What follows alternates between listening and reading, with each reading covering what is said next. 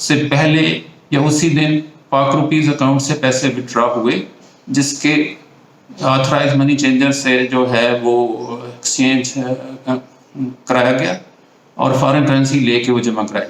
تو he will require a sequence to prove that کہ یہ اپنے ہی پیسے تھے, اپنے ہی کسی اکاؤنٹ سے نکل کے یہ گئے. تو اس حوالے سے وہ دوسرے پاکستانی بینک اسٹیٹمنٹ بھی مانگنے کا اور ساتھ ساتھ جو کیش سے جن سے لیے گئے فارن ایکسچینج اس کی بھی وہ ڈاکومنٹ یعنی منی چینجر کی رسیدیں وغیرہ مانگ گیا, کیونکہ آتھرائز منی چینجر نے رسید رکھنی ہوتی ہے, ایشو کرنی ہوتی ہے اور اسٹیٹ بینک کو رپورٹ کرنی ہوتی ہے. تو یہ کیونکہ 7 لاکھ پاؤنڈ بڑی اماؤنٹ ہے, چاہے چھوٹی چھوٹی کر کے لی گئی ہو, بٹ اسٹل اٹ اس کی رسیدیں افسر پوچھ سکتا ہے. آگے اویلیبل ہے نہیں ہے, دیٹ از سیپریٹ ایشو.